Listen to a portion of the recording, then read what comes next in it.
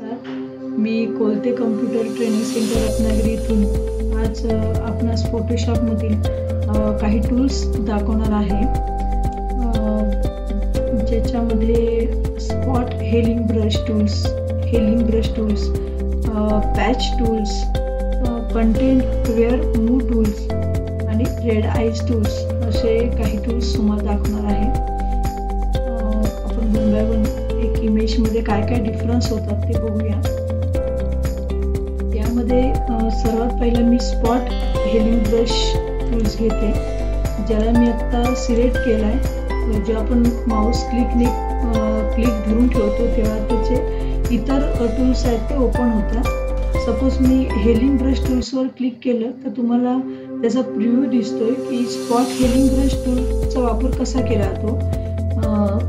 जसं त्याच्यामध्ये चित्र दाखवले त्यांनी की स्टोन आहे तर स्टोन ते गायब कसे होतात, त्याला स्पॉट हेलिंग टूलचा वापर करून करता येतं। तर मी काही इमेजेस घेते। लेअर माझी इथे लॉक आहे, पहिली जी आहे ती व्हाईट बॅकग्राऊंड वाली आहे। मी याच्यामध्ये एक प्लेस करते अदर एक इमेज। सपोज मी इथे ही इमेज प्लेस करते। प्लेस केली इमेज ती थोडीशी जेव्हा आपण प्लेस करताना ब्लर दिसते आणि जेव्हा आपण बाहेर क्लिक करतो तर ती पूर्ण त्याच्या ओरिजिनल लुकमध्ये येते। तर काही स्टोन एकावर एक ठेवलेले आहेत आणि मला त्यातले स्टोन गायब करायचे, तर मी स्पॉट हेलिंग ब्रश टूलचा वापर करून मी इथे आधी स्पॉटवर जे मी क्लिक करते त्या एक डायलॉग बॉक्स येतो। This smart object must be rasterised before proceeding, edit content will no longer be available, rasterises this smart object. आता मी त्याच्यावर ओके म्हटल्यानंतर माझा जो कर्सर आहे तो सर्कल या स्वरूपात दिसतो आणि जेव्हा मी इथे स्पॉट त्याच्यावर करते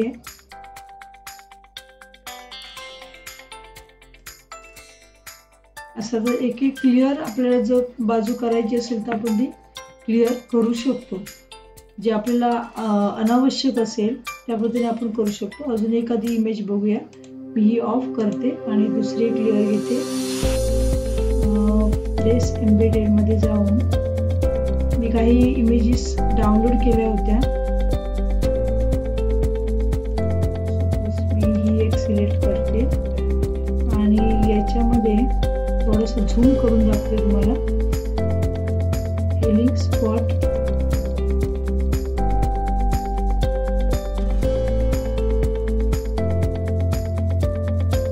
अशा पद्धतीने भाग गेला, म्हणजे जो दगड वगैरे होता तो दगड मी घालवला। थोडंसं मोठी साईज घेतल्यामुळे तो बॅक साईड पण घालवली। आपल्याला जर साईज कमी करायची असेल तर प्लस चिन्ह दाबून जो स्क्वेअर सारखा जो कंस आहे त्याने आपण बटन प्रेस करत गेलो तर आपल्याला तेवढी साईज कमी अधिक करता येते। अशा पद्धतीने इथला दगड घालवला, गायब केला।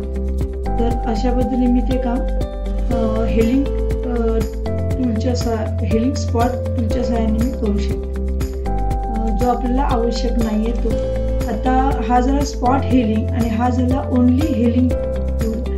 जो चांगली बाजू आपण हे करून त्याला जो स्पॉट आहे तो आपण घालवू शकतो। जसं आता मी इथल्या तेच एका इमेजमध्ये दाखवते, तुम्ही एखादा स्पॉट घालू शकता। तसंच इथे आता जो ऑल्ट की प्रेस करून पॉइंट मी सिलेक्ट केला आणि मी अशा पद्धतीने इथे एखादा स्टोन आणू शकते।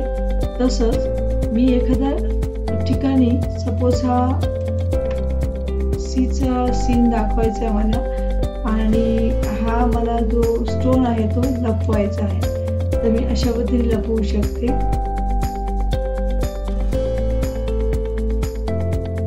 अशा पद्धतीने मी लपवू शकते।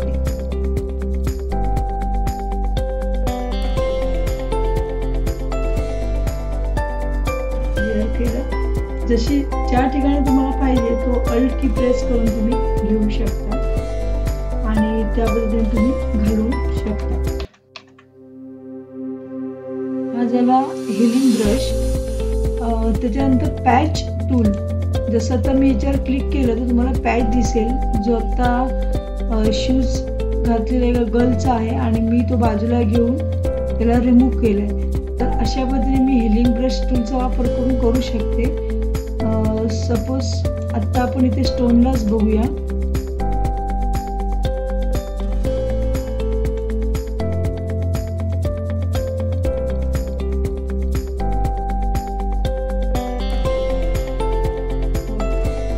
ते मी क्लिअर केलं. समजा मला हे करायचं असेल, इकडचं सीन घ्यायचं असेल तर मी अशा पद्धतीने सीन घेऊ शकते, किंवा मला सरळ क्लिअर करायचं असेल तर मी बाजूचा सीन उचलू शकते. जे मी सिलेक्शन कार्ड देते तो क्लिअर झालेला दिसेल. तर याला पॅच टूल म्हणतात. काही वेळा तुम्हाला एखादं चेहऱ्यावर डार्क वगैरे असतील तर तो त्याला क्लिअर करू शकतो. जसं आता मी ही एक इमेज दाखवली, अजून मी एक वेगळी इमेज घेते.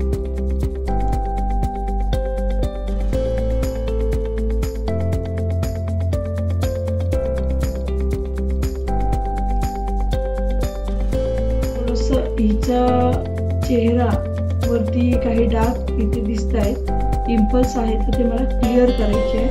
तर मी पॅच टूलचा वापर करून सपोज मी याला स्पॉटला क्लिक केलं आणि चांगला जो ठिकाणी आहे तो मी इथे क्लिअर करून टाकला. इथे मी पहिलं नॉर्मल घेतलं, इथे मी क्लिक केलं आणि मी इथे स्पॉटला क्लिक केलं. त्याच्यानंतर पुढच्या स्पॉटला मी क्लिक केलं, थोडंसं याला मी बाजूला घेऊन स्किनला क्लिक केलं. पुन्हा मी अजून एक पिंपल होता त्याला थोडंसं इथलीच स्किन घेतली. आता बघा अशा पद्धतीने तुम्ही त्याचे जे स्पॉट होते ते क्लीन करून टाकले आणि पूर्ण स्किन त्याची क्लीन झालेली इथे दिसेल. तर तुम्ही कुठल्याही इमेजमध्ये कसा त्याचा वापर करताय याच्यावर डिपेंड आहे. याच्यामध्ये जे स्पॉट हेलिंग आहे, पॅच टूल आहे, सगळ्यांचा थोडाफार संबंध आहे, तो जवळपासचा आहे. काही वेळ पॅचच्या स्वरूपात होतं, काही वेळ हेलिंग स्पॉटच्या स्वरूपात होतं. तर अशा पद्धतीने तुम्ही काम करू शकता. पुढचा आहे तो काउंट अवेअर मूव्ह टूल. तो मी तुम्हाला या इमेजमध्ये दाखवते. जी पुढची लेअर आहे तर या लेअरमध्ये आपल्याला काम करते, परंतु आत्ता मी त्याचे स्टोन मी घालून टाकले. तर मी ही इमेज ऑफ करते, एक न्यू इमेज घेते.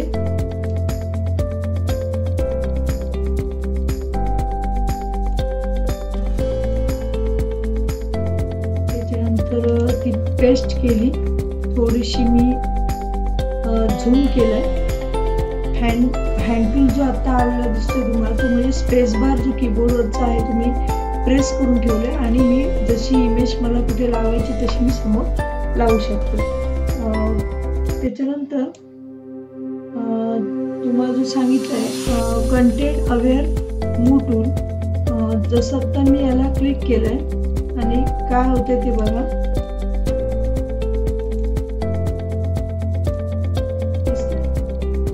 हा मी स्टोन जो आहे तो मी इथे सरकवलाय आणि आता मी बाहेरच्या इथे क्लिक करते एक सिलेक्शन टूलला. त्याच्यानंतर तो इथला स्टोन जो आहे तो इथे स्टोन आलेला आहे आपल्याला दिसेल. तर अशा पद्धतीने तुम्ही इथली कुठली जी बाजू हवी आहे तुम्हाला जी सरकवायची आहे की तिथे इमेजमध्ये जर थोडंसं लांब पाहिजे म्हणून तो स्टोन एकमेकांपासून लांब ठेवले. असं आपण एखादी इमेजमध्ये चेंजेस करू शकतो. छोट्या छोट्या स्वरूपात ज्या काही चेंजेस आहेत तर त्या पद्धतीने आपण चेंजेस करून घेऊ शकतो. त्याला कंटेंट अवेअर मूव्ह टूल म्हणतात. म्हणजे तो आपण पार्ट एखादा हलवतो, सिलेक्शन करून हलवतो. तर अशा पद्धतीने हा एक टूल दाखवलाय. आता पुढचा जो टूल आहे लास्टला जो रेड आईज टूल. पूर्वीच्या वेळी मी एक नवीन लेअर टाकते आणि मग मी तुम्हाला सांगते. पूर्वीच्या वेळी एक फोटोग्राफर जेव्हा फोटो काढायचे तेव्हा फोटो क्लिक करताना काही जणांच्या डोळ्यामध्ये एक रेड कलरचे स्पॉट पडायचे, आईज त्यांचे रेड दिसायचे आणि अशावेळी तो इव्हेंट किंवा तो क्षण आपण लगेच तो पुन्हा टिपू शकत नाही. मग एकदा काढलेला जो फोटो आहे त्याच्यामध्ये काही चेंजेस करायचे असतील तर रेड आईज नावाचा हा टूल तयार झाला की त्याच्यामधून त्याचे रेड आईज जे आहेत ते ओरिजिनल आईजमध्ये दिसतात. तर याच्यासाठी मी एक लेअर घेतली आहे, त्याच्यामध्ये मी एक फोटो इन्सर्ट करते आणि यामध्ये तुम्हाला रेड आईज असलेली इमेज मी इथे घेतली आहे. मी ती पेस्ट केली. त्यानंतर रेड आईज हा जो ऑप्शन आहे तो ऑन केला आणि मी बरोबर त्या आईजच्या ठिकाणी जेव्हा क्लिक करते त्या डायलॉग बॉक्सला आपण ओके करायचं आणि या स्पॉटला आपण क्लिक करणार. तर तुम्हाला ते दिसेल की आईजमध्ये तो रेड आईजमध्ये तसा हा मधला भाग आहे बुबुळाचा तो ब्लॅकच असतो आणि तो तसाच ठेवतो. फक्त जिथं रेड दिसतोय आपल्याला मार्क, तो रेड मार्क हा ब्लॅक मध्ये करतो आणि ओरिजिनल इमेजमध्ये तो दाखवतो. तर तुम्ही तिथे कुठेही इथे क्लिक करा तर तो ओरिजिनल याच्यात दाखवेल. आणि पहिला जो फोटो होता तो अशा स्वरूपाचा होता आणि आत्ता जो आपण केला इमेज मी थोडंसं अंडू करून रिडू करते. अशा पद्धतीने आपल्याला दिसेल. तुम्ही हे सगळे टूल्स वापरून बघा, नक्कीच तुम्हाला याच्यामध्ये काम करताना फायदा होईल. इथेच मी आता ही लेअर ऑफ करते आणि मी एक न्यू लेअर घेते. न्यू लेअरमध्ये मला एक पुढचे 2 टूल्स दाखवायचे आहेत, जो हिस्ट्री ब्रश टूल आणि आर्ट हिस्ट्री ब्रश टूल.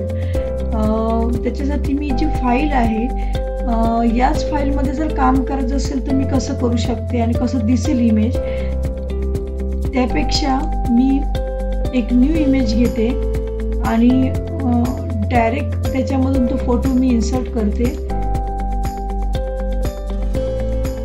जसं मी आत्ता हा एक फोटो घेतला होता आणि थोडा अल्ट की प्रेस करून झूम करून घेते. आपल्याला आता इथे ऑलरेडी ब्लर दिसतोय भाग, तर मला इथलाही सगळा ब्लर करायचा आणि तिचा चेहरा मला पूर्ण स्पष्ट दिसला पाहिजे. लेअर ही डायरेक्ट घेतलेली आहे, त्याच्यामुळे तो कसा दिसेल आणि एखाद्या व्हाईट बॅकग्राऊंड असलेल्या लेअरवर आपण एखादी लेअर चढवली तर त्याच्यावर कशी इमेज दिसेल ते तुम्हाला मी दोन्ही फरक दाखवते. सगळ्यात पहिलं म्हणजे आर्ट हिस्ट्री ब्रश टूल आणि हिस्ट्री ब्रश टूल याचा उपयोग कसा केला जातो. तर मी आर्ट हिस्ट्री ब्रश टूलचा वापर करून आता हा जो माझा ब्रश आहे त्याची साईजच फार मोठी आहे, तर मी अशा पद्धतीने पूर्ण त्याला ब्लर करते.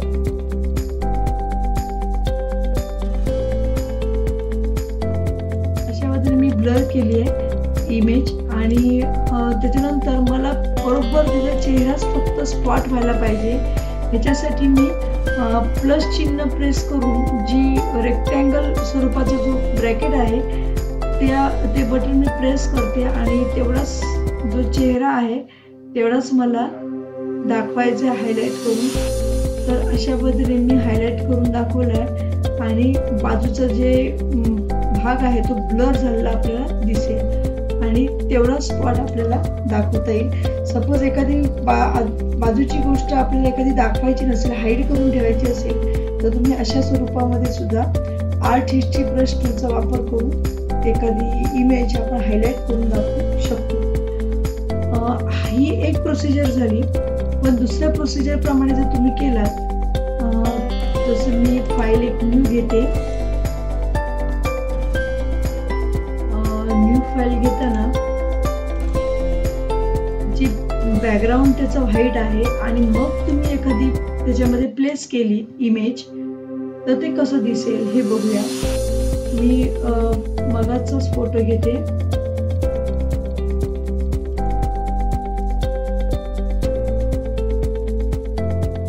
ओके, आणि मी अल्ट की प्रेस करून थोडंसं झूम करून घेते. पुन्हा मी थोडा स्पेस बार की प्रेस करून हँडशेपने मी तो इथे इमेज मी समोर तुमच्या दाखवते.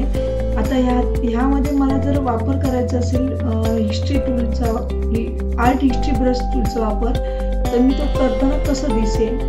जसं मी याच्यावर क्लिक करते, विंडो आल्यानंतर मी त्याला ओके म्हणते आणि प्लस चिन्ह प्रेस करून जो रेक्टँगल चा जो क्लोजवाला बटन आहे तर ते मी प्रेस केलं आणि मी अशा पद्धतीने करायला गेले तर असं व्हाईट स्वरूपात दिसेल, कारण याचा बॅकग्राऊंड व्हाईट असल्यामुळे त्यात तो कलर व्हाईट मिक्स होतो आणि तुमचं इमेज तुमची किती डार्क असलेली ती व्हाईटमध्ये होते तयार। आणि जेव्हा तुम्ही इथे हिस्ट्री ब्रश टूलचा वापर कराल आणि जेव्हा तुम्ही क्लिक कराल तर तुम्हाला इथे काहीच दिसणार नाही की तो चेहरा किंवा तुम्हाला जो काय स्पॉट टाकायचा आहे त्या इमेजमध्ये तो दिसणार नाही।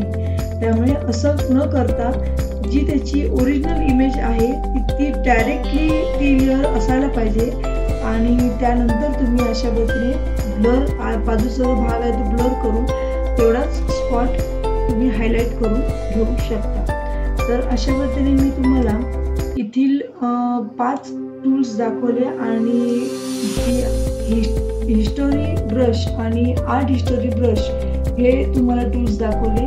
तर हे प्रॅक्टिस करताना तुम्हाला एखादी क्रिएटिव्हिटी करताना त्याचा नक्की उपयोग होईल आणि अशा पद्धतीने तुम्ही वेगवेगळे टूल्स मी जे दाखवते तुम्ही पाहत राहा, याचा नक्कीच तुम्हाला फायदा होईल।